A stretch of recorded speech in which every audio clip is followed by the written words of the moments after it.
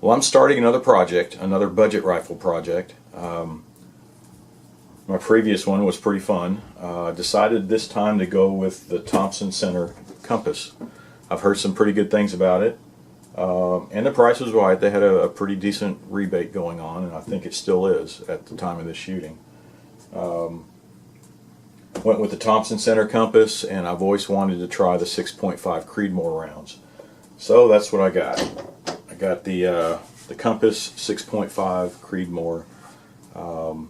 Now this is pretty much straight out of the box, but one thing I always do before I go to the range, once I take it, I take everything off and I give it a good cleaning, get all the old machining and shipping oil, off of it. Give it a good cleaning, and including the barrel, run a wire brush through at least once, and then clean it out.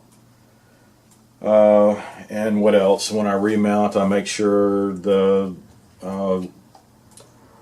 everything's torqued down decently. This came with the scope base on it. I usually take those off, clean them off, and then Loctite them in to make sure they're good and solid.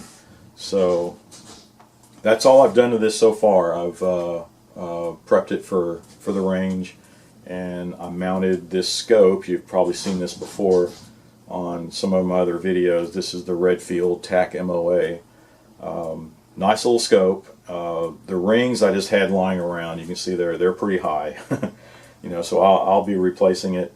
And although this is a great scope, I might look for something else depending on how this shoots. Something for a little more range. This is only a 3x9x40. And it does great for hunting, if I'm out there hunting up to, a couple hundred yards. But after that, I might look at some different optics, and with the appropriate ring size. So overall, the rifle feels great. It's a composite stock, which, it's a love and hate kind of deal. This, it doesn't feel bad. Yeah, sure, you can flex it if you really tried to, but it actually is not bad. If I was going to use this out in really harsh weather, muddy conditions, whatever, where it's going to be banged around a lot, then I would consider keeping it. But I'm going to start this project here and fit it to this Boyds Pro Varmint stock. The rifle itself, like I said, it's very nice. It has some compelling features on it.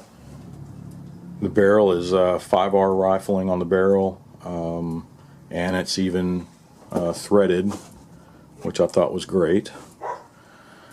The 5R rifling, the trigger is adjustable. I say I think from 3.5 to 5.5 or so.